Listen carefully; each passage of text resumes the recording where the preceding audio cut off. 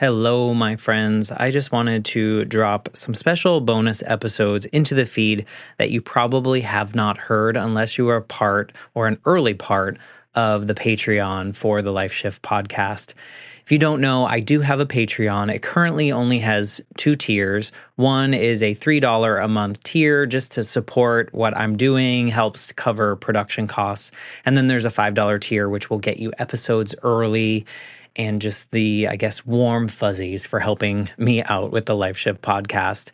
But I used to have other tiers where people were so generous and were offering additional money each month to get bonus episodes and possible winnings of t-shirts and all sorts of things. And then I realized a couple months ago that I wasn't able to deliver what I wanted to, especially for those of you that were giving me the extra money. So right now we're just kind of doing the early episodes. You'll always get those. So if you want to support the Life Shift podcast, please jump over to patreon.com/the Life Shift podcast, and you can find that information there. But I come on here because I want to share a series of these bonus episodes that I did early on in the Patreon journey.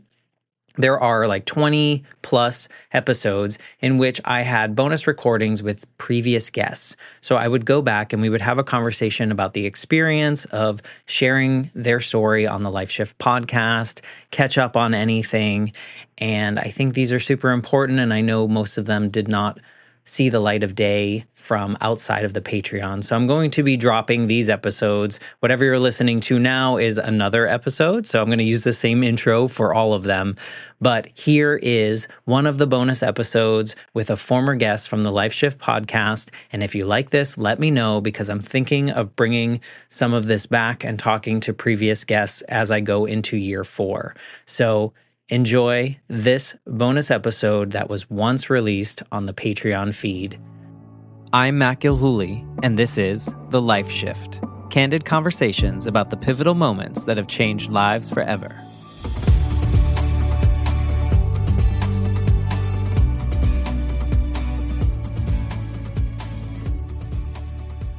I am here with my friend Rob, or Robert, or which one do you like? Peterpaul. Francis is my middle name. Is it? Rob is great. Rob works. Is Francis your middle name? It is. I also have a confirmation name if you want to really get into it. So yeah, I'd like that. Quite a few. Robert, Francis, Thomas, Peterpaul. Okay, so like all of the, I can say this because my name is Matthew John. It's very like these generic boy names that you got all of them. Yes, all the saints were very holy. I tell people sometimes that my parents maybe had like this, like a Bible dartboard, which sounds really blasphemous, but in which they were just like picking names. So anyway, That's awesome. Robert, Peterpaul, thank you for being back. We recorded your episode in May of 2023, and then it was released on 7/11/2023. And that was like a happenstance event falling on the 11th, which an 11 is a special number for you and your family. Mm-hmm. Yeah, that was wild that happened that way. I was obviously so honored that you asked me the first time. I'm honored to be back, and reflecting on it has been interesting. You know, the number 11 means a lot to my family, and I think many others, because it is technically some kind of angelic number when you do research on it, but don't fact check me.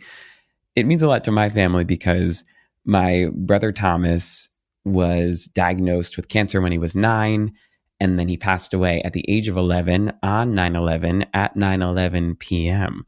And I actually looked at the clock unknowingly as a child at 9/11 when we were all in the hotel room and he was at the hospital with my parents and the adults. Not knowingly, I looked exactly at that time. And I'm not joking, Matt. I kind of forget this happens, but at least every week, at least once, I will look at the clock randomly at 9/11. It used to happen more frequently. It's interesting that it doesn't as much anymore, or maybe I'm just not as aware of it. But yeah, the number 11 is sort of like a wink from him now. So when I see that, and when I saw that on your episode, it just felt like, oh, wow, he tuned in. You know, it was meant to be.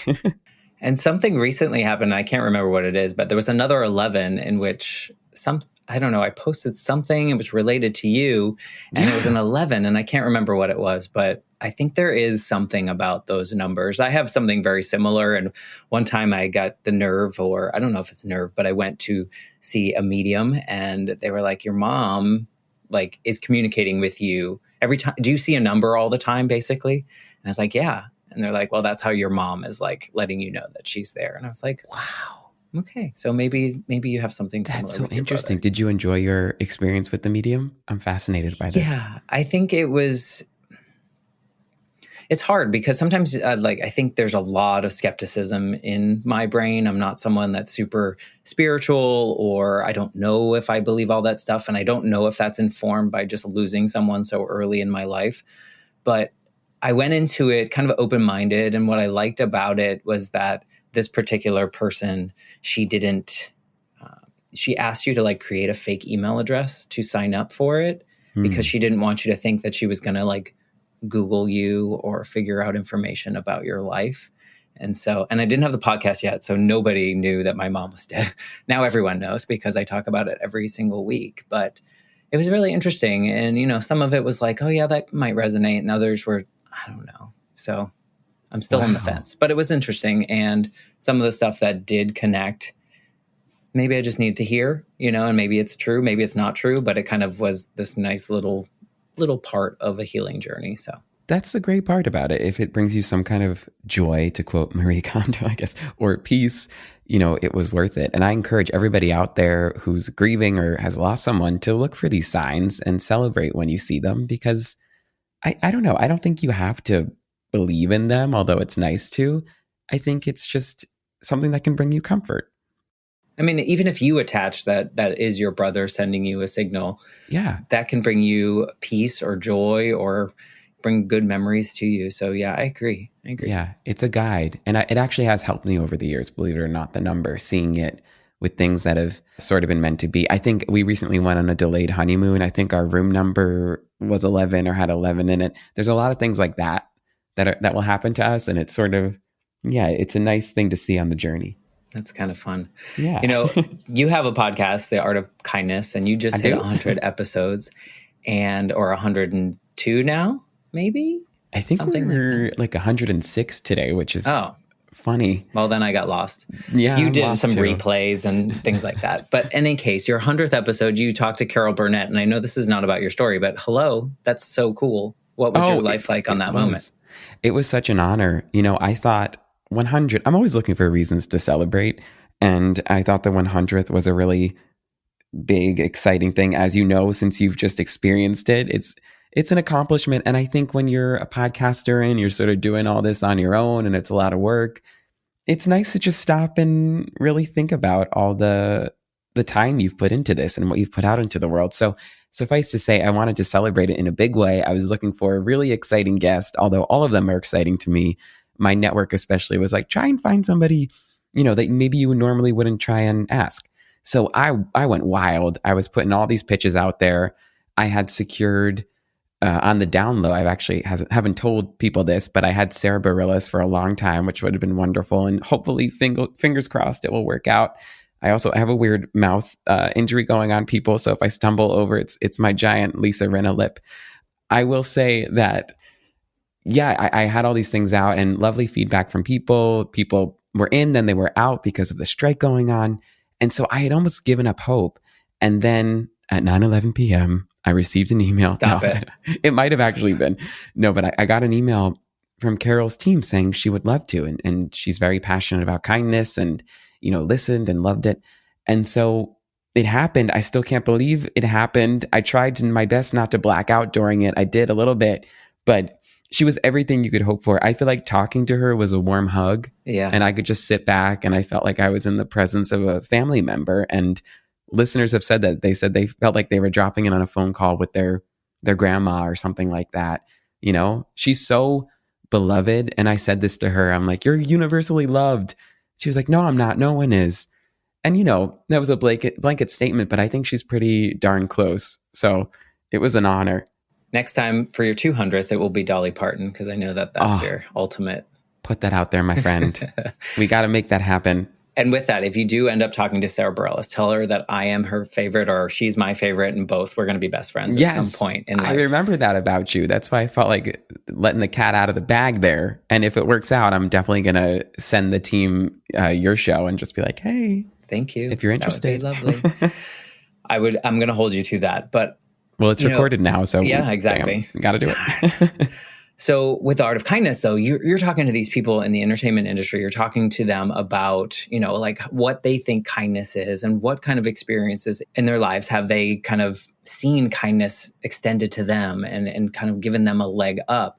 And then when you came on my show, you told something maybe a little bit more personal that you don't necessarily share too many details on in your own on your own podcast. What was that like for you? I know you've told your story before. You've told it in front of Congress and those kind of things. Was there anything that after our conversation made you think anything different than you've told it before?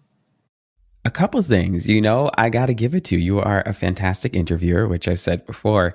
And I think one of the great qualities you possess is listening, and you throw out sort of questions or statements that elicit really wonderful answers in your guests. And, just as a listener, I say that. So then to be in the seat and experience it, I did find myself saying things and sort of thinking of things even semi-poetically I said something about a window that was cracked with the sun coming through. I don't even know. But yeah, there was a lot that came up for me that by the end of it, I had that feeling that you feel after sort of expelling a lot of energy in a good way.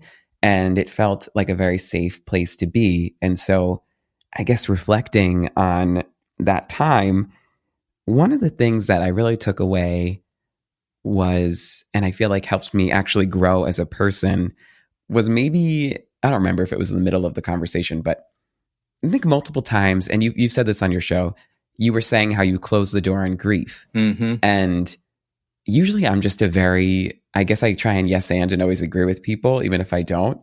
And it's not that I didn't agree with you, but I just in that moment was like, I don't know if I have closed the door on grief. Yeah. I feel like it was an awesome moment. Like I felt weird sort of saying something different, but I felt it led the conversation into an interesting place. And reflecting on that today, I don't really subscribe necessarily to saying people are right or wrong, but you're wrong. No, I'm just kidding. I think that we're both quote unquote right because we both have our own experiences. But I was also really reflecting on what you said and how powerful it was in the fact that you can close the door on grief, but behind the door, it's still there. There's still sort of a house there. So I sort of have combined our two thoughts now. And looking back on it, I guess that's how I feel and what I took away. I'm able to share my story without sort of falling back into it and sort of falling back in love with my trauma and my grief. I think that's something that happens to people. People are in love with their trauma, whether they know it or not, and they can't get out of the, merry-go-round they're in, which I certainly have experienced with people. And so to be able to say you've closed the door on grief is an interesting sentiment and something I think I reflected on a lot after our conversation, among other things. I will say that you pushing back on that, not pushing back, but you've also said that that's not what I meant, in a way that you say, not saying yes. And for me, since then, I'm like, well, maybe I didn't mean, maybe I was telling myself that, but I think what you just said, that we're both kind of right in our own ways, because grief is different for everyone. Mm-hmm. My grief journey feels so different or feels so separate from so many times that I've talked to other people about their journey, because I don't remember my mom. And so it's hard to, it's almost like I grieve what I didn't have more so than her loss, because at this point in 35 years later, 34 years later, it's more of like this figment, because there's not like, I don't know. It just feels different for me. And so, but every time I go to say it, when I'm having a conversation with someone else, I always think of you, because I think it's important. I think there is something nice about podcasting where we don't have to be like, yes, and where we can just be like, no, I don't really agree with that, or no, I didn't feel that way. And that's such a beauty of like storytelling and having this space. And I think you probably feel this too, when people define kindness in a way that's like, oh, I never thought of that before when you asked them to define kindness. Yeah, I love it. I've started to really embrace and love differing opinions. As a people pleaser, it's interesting, It's but hard.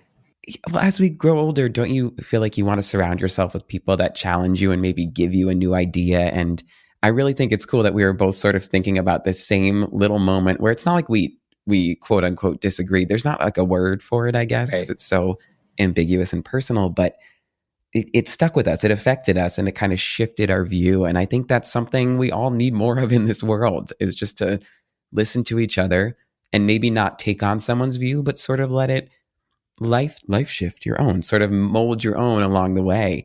So it's kind of cool. Have you read, this is random, Where the Crawdads Sing? I haven't read this yet. Just closed it last night. And there's a big through line with the loss of a mother that I think you might find interesting. It is a work of fiction. It's beautifully written. I'm sure the author maybe experienced something like it in real life, but something you just said made me think, I don't want to spoil it, that you might All right, take it's next. things away from that. Yeah.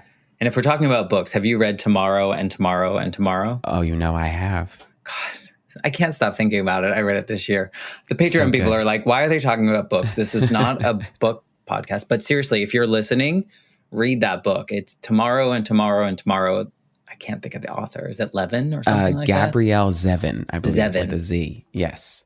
Who's a fantastic author. Also wrote a great book called The Storied Life of A.J. Fickery, I believe, which if you're a book lover out there, and you probably are if you're still tuned into this, because we're going off on books, I recommend it. It's got everything, romance, mystery. Awesome. She's a great author. Yeah, but I love that book too. It was so good. And I will read the other one. I think I didn't read it yet because I had a friend that said, this is not possible, whatever happens in the book. So in any case, we're talking about the power of storytelling. And for me, having told my story in so many different ways now, over 100 plus episodes, I think I'm recording 117 later today. So it's just like, there's a lot. And I say my story a lot. And I think every time I say it, there's some kind of healing in it because other people are listening. They'll reach out to me like, hey, Matt, you said this time, let's talk about that. I know you shared your episode. You were apprehensive a little bit at first to share your episode with some of your family members, but some of your family members listened and you had one reaction that I thought maybe we could chat about. Oh, yeah, for sure. Well, what's interesting too about what you just said is it reminds me, I think it's Jack Nicholson or Anthony Hopkins. Oh gosh, why am I meshing them together? But there's an actor who said they don't need to do any analysis or work, which I don't know if I believe that. All they do is read the script at least 200 times, and then they know everything they need to know about the story. So I think as you continue to tell your story hundreds of times, that's you getting to know it. Like the more you tell it, the more you know it, and the more you understand something, the less power, I guess, it can have over you in a negative way. So that's interesting. I think I saw that on Instagram. But scrolling down to your actual question, when you shared the episode, you had said to me too, I think you'll find that people have surprising reactions to this. And I was nervous to share it with some folks. One person I wasn't necessarily nervous to share it with, who would have listened to it either way, because she has been just one of my greatest champions in life. And I know you have a similar relationship with your grandmother, is my nanny, who I told Carol Burnett about as well, because she also sure did. She's in the grandma club with us. And I just love her so much. And I pulled up, actually, that's why I'm pausing. I'm pulling it up right now. I found her initial text that she sent me after she listened to the episode. And I'll read it to you. We certainly had a much longer phone call after this. But she said, this was in July, I finally listened to your interview on Life Shift. Oh, Robert, your words put a dent in my heart. I learned so much more about your quote unquote story. So much I didn't know about your experience. Hope we can talk about this if you feel comfortable doing so. Brave, brilliant man you are. What a gift to listeners, which is such a grandma thing to say, and she's so sweet. But then we had this lovely phone call where I feel like we're so close and have always shared everything, but because I sat down with you and took the time to, I guess, just start talking about it, and things came up I hadn't maybe processed or talked about before, she had questions and more things to discuss. And it was such a gift. I mean, it was, thank you for opening the door for that conversation. There were certainly follow-ups with even my parents who listened that I didn't expect. And I think because of the way you helped me tell it in such a respectful setting, it allowed for that. Nobody was upset. Yeah, you know what's really cool too about your podcast is that while it's inspiring to listen to, it's also sort of a reminder on a simple level that this is something free everybody can do.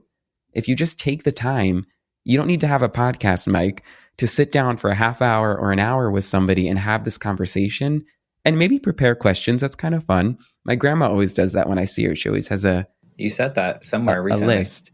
I think I made it a kindness tip. I'm getting Okay. really low on Yeah, those. you I got to did. figure out creative ones.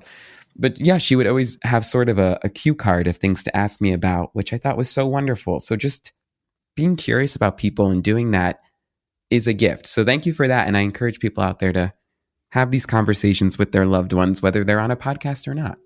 Yeah, I think, you know what? I had a very similar experience. I recorded my story I had my first episode guest kind of flip roles with me, and I got to tell my story. And I think Yes, I the listened to that one. reason, like my dad listened to that, and my dad and I lived that same experience, but he saw it from his lens. He saw it from what he was, seeing and experiencing.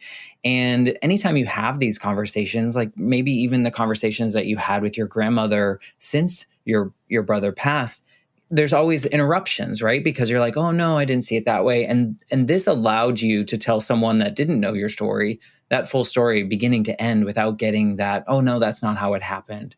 And it kind of, so when like my dad heard my episode, he's like, oh, I like totally didn't mean for that experience to be that way.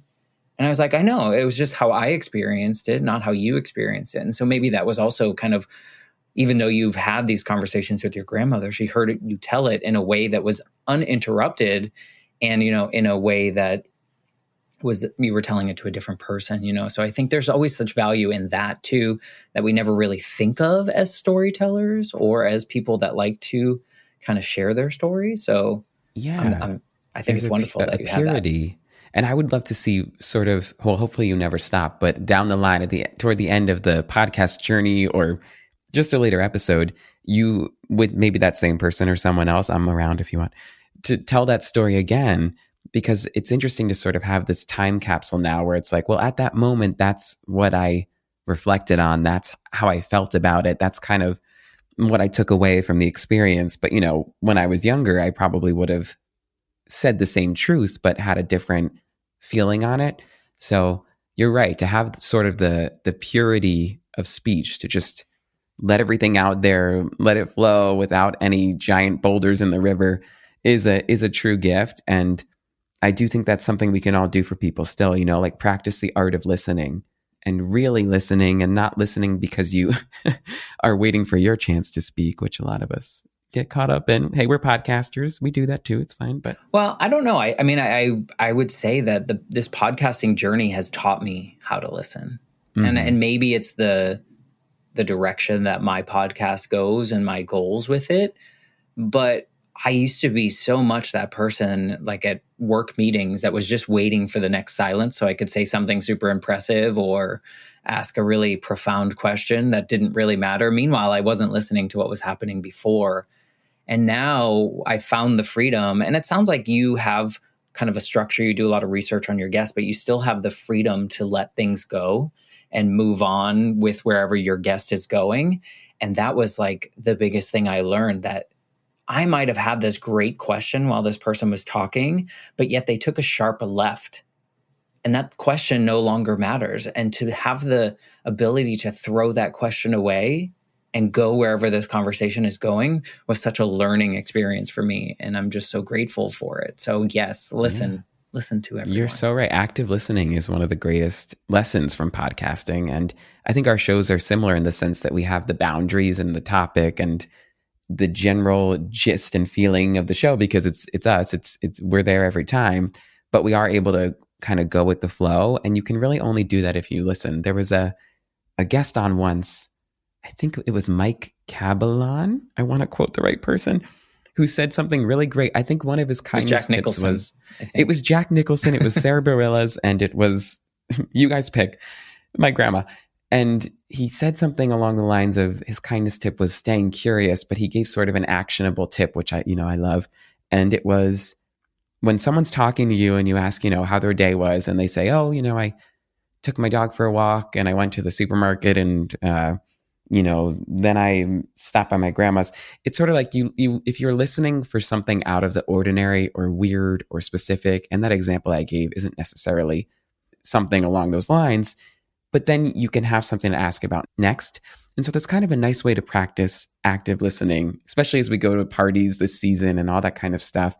It's like if you're just kind of saying the hi, how are you, and going through the motions and then waiting to talk about how this year you did X, Y, and Z, well, you're not really listening. But if you hear someone says, oh, before this I was at, our uncle's house. Oh, well, how was that party? Oh, well, who was there? It leads to more of an interesting conversation. So I found it to be a great way to practice active listening.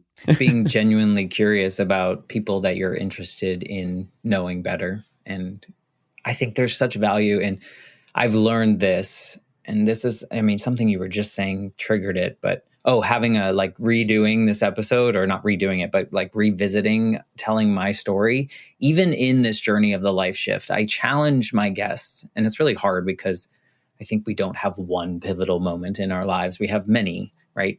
And so I asked the guests to get as specific as possible about one that we feel kind of changed us the most or pushed us in a different direction.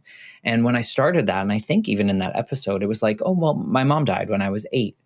And as I reflect more, even the way that I tell that story, my life shift is not necessarily when she died. It was when 5 hours later, when my dad had to sit me down and tell me that she died. And so that conversation with my father was really what changed my life.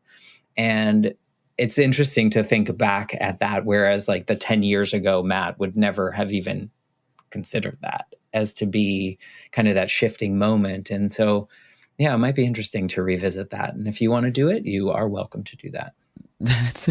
I would love to. I'd be honored. That's very interesting. And it's almost like multiple things. Have you found this, I guess, are a part of a shift? There's sort of a formula to a shift because you were raised a certain way. So all those moments leading up to your dad sitting you down, although that was the shift, it's how you responded to it and reacted that, I guess, put you in that next direction. And that was because of X, Y, and Z. So it's such a complicated thing, which is what makes your episode so interesting. Yeah. And then, it's been a journey that I never could have imagined for myself. And I hope the same for your own podcasting journey and the things that you're accomplishing with that. You're part of a network. You get to do all these red carpets, and you were doing that before maybe, but now it's part of the podcast. Yeah, so cool. It's so much fun. Oh, thank you. I was doing it a bit before, but then the Broadway Podcast Network kindly asked me to do it with them, and it kind of snowballed, and now I do it without them, with them, and I have such a fun time. It's unhinged. It's just fun. I'm someone similar to you. I want to ask sort of really maybe deep questions sometimes and interesting questions, but a red carpet's not the place for that. So you got to ask a lot of silly things. The one I can squeeze in is a kindness tip. That's been fun. Or a dad joke. Something specific. We got that this most recent one. The dad joke. Yes, the cheesy thing. That was at the opening night of Harmony because there were some sort of clear instructions about what to get into, what not to get into. And yeah, I found that to be fun. So it's interesting because you get to talk to people maybe that you wouldn't get to have on your show, but you do have to ask them kind of like 3 snappy questions. So I enjoy it. I like to feed off that crazy energy. Yeah, you have a lot of it. And I think that's what even if that's a compliment, by the way. No, I take it that way. Even if I don't know who you're talking to, because I think the original appeal to your podcast for me was the people you were talking to. And the more that I listen, the energy that you bring to those conversations and the genuine curiosity and the kindness that you show them in that space is what keeps me listening. I know you now, but it keeps me listening. I think that is just it doesn't matter who's on now, right? It's just you bring such great energy, and I can imagine those red carpets are a blast for you, probably exhausting, but also a blast for you. What's you've been doing those a lot more recently. What's changed since July in your world? You got to do your honeymoon. Congratulations on that. Oh, yeah, thank you. Delayed honeymoon was a good time in the Bahamas. Hey, shout out. Swam with pigs, changed my life. That was a life shift. We'll have to have you back on about the pigs. Yeah, different episode. Sorry. They didn't oink actually. Yeah, a lot's been going on since July. I guess, wow, so much. I mean, the honeymoon, the podcast stuff, What the show did 100th you do? You episode. did Oh, something. I did. So I did Beauty and the Beast again, which was fun. And then I did Jersey Boys, which Jersey was Boys. really fun. Such a fast paced show. And I think both of them were great experiences because of the people, you know? Even sometimes in a show, if you sort of have, I hate to say it, one rotten egg, someone who's keeping the drama backstage instead of on stage, then it can drag down the experience. But they both had such wonderful folks that I now consider part of my little theater families. You know, you make these little families every time you do a show. So that's why those two experiences were great. But yeah, I've just been hanging, going along. What's new with you? Well, this is not about Since me. July. You work with kindness.org too. So I do. I have an episode coming up with one of your bosses. I know. It's so funny to hear her called a boss, because she certainly is a boss, an impressive powerhouse of a person. And instead of but, I'll say and at the same time, I do social media for them. They're one of the rare clients where I just feel like I can talk to anybody in the organization. You know, the first meeting I had with them initially was just because of my podcast. I was interested in learning more, and it sort of organically snowballed into me taking them on as a client. And I've just really been blown away at the culture over there. They really try not to just talk the talk of kindness, but walk the walk. So meetings, even for really technical stuff, will start with sort of an opening question of, how did kindness show up for you this week? Or what's something that made you smile this morning? I mean, just like things like that, where it sort of brings the human to the forefront, especially in a remote setting. You know, we can all just become little typing bots. And that's been really nice. But yes, Jacqueline Lindsay believes she'll be your guest. I know she had a very profound time. And, you know, she was saying it was a challenge in a good way, and it really pushed her. So I can't wait to hear that episode. I'm sure it's going to be an amazing one. I know a bit about her story, and she's an incredible person. You know, I don't go into these episodes, different from you, I don't go into these episodes with a lot of research. I don't want to know a ton about my guests and their backstory. I think because for me, I start to make assumptions, or I kind of put out the path that I think we're going to go on that conversation. And Jacqueline's conversation, I knew just a very little bit about it. It was 100% unexpected conversation and journey that she went on. And it was just a lovely conversation, a very true, honest, open. I'm not hiding anything. And I loved it, you know, because as humans, like, we're not perfect. And there's so many parts of our lives that are messy and not pretty, if you will. And, you know, those are the parts that I think make us the most interesting. And I think they bring us to different points. And I was just so honored that you made that connection and that she wanted to do it. And it will be out in January. So I can't wait to listen. I'm so glad. And she's such a wonderful listener too, as well as someone who speaks in such an eloquent way. So it'll be an interesting mix to hear her have to do most of the talking, because although she's a great speaker, you know, I just find she's such a curious person. I would be surprised if she didn't try and ask you questions too. You know, I've recorded so many since, so I can't tell you if she did. I can't remember, but we'll all have to tune in to find out.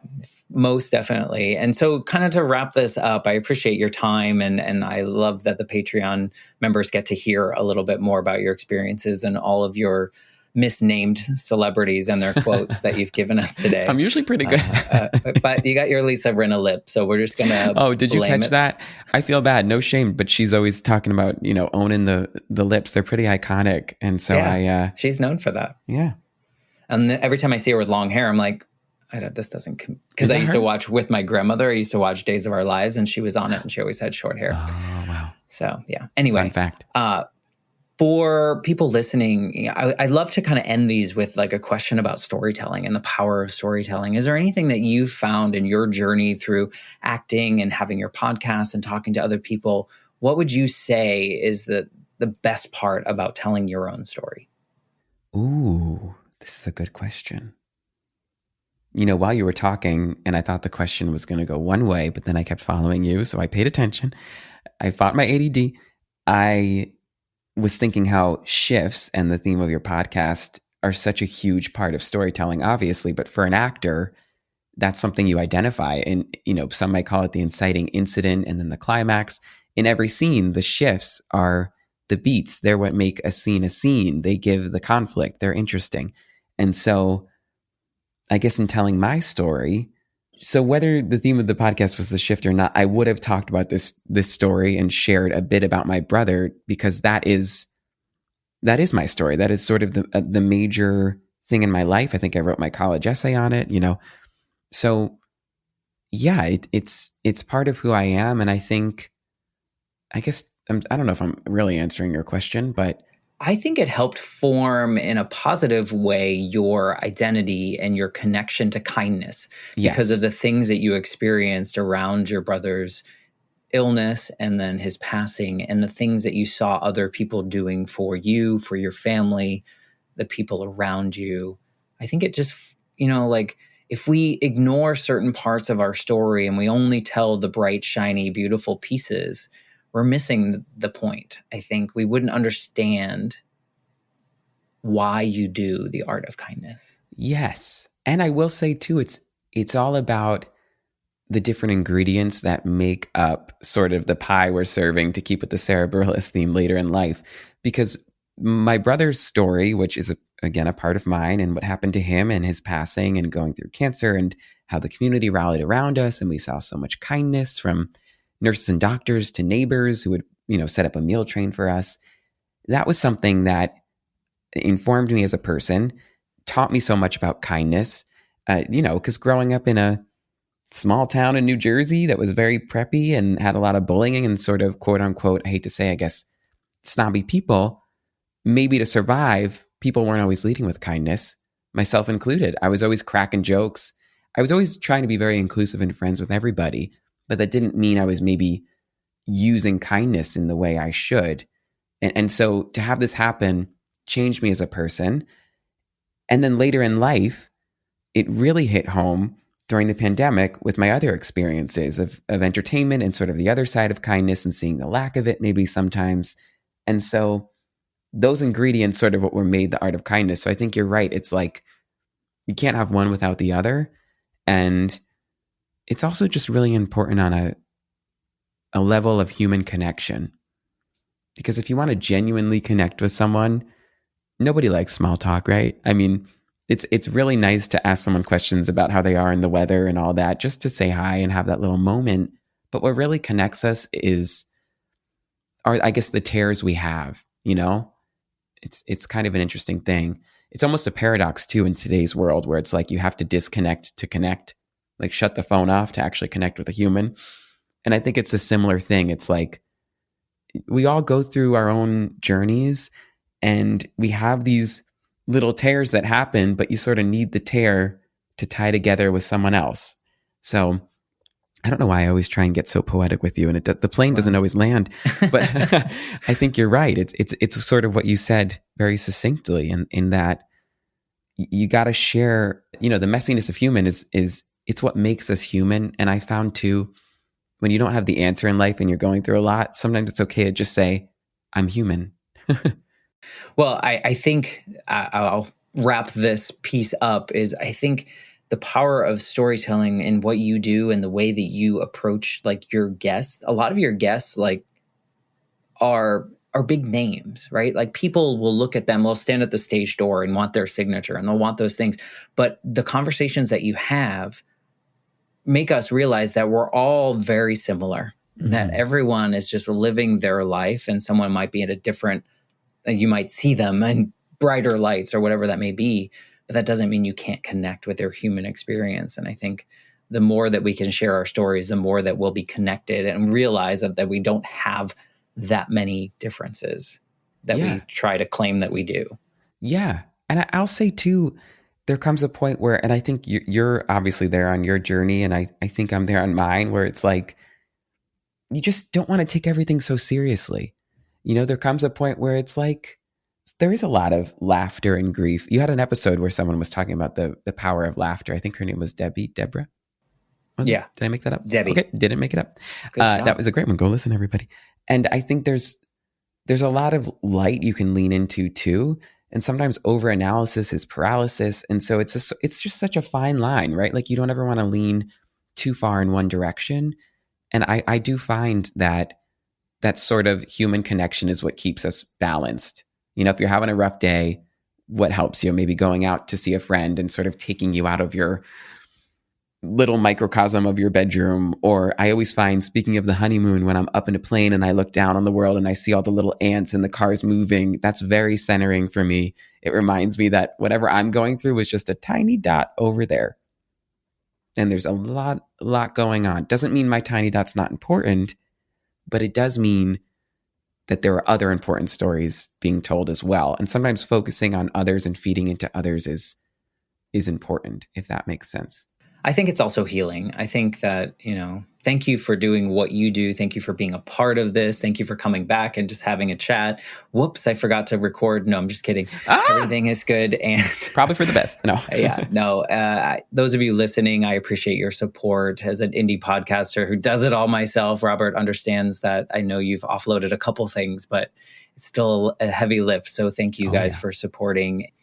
We're going to have Robert back to interview me when we do a follow-up of Matt's story at some point. So we'll be old thank and you gray. for doing this. Yeah, well, too late. I'm already old and gray. So you'll be old and gray and I'll just be dead. I just fell the other day, so I'm getting there. Fair. But thank you for having me. Yeah, thank you for doing this. And I'll be back next month with another bonus episode. Thank you. Woo!